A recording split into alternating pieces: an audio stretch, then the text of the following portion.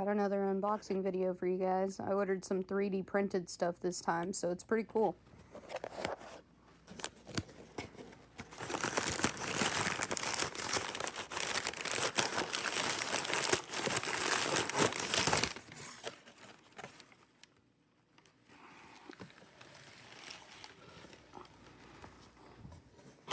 So the first couple of things I have is just little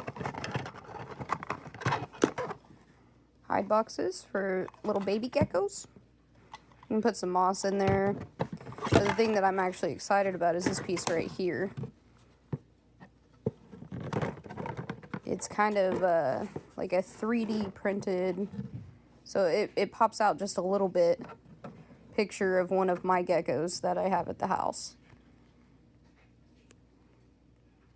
And if y'all want to know who made that, just let me know and I can send you guys the information.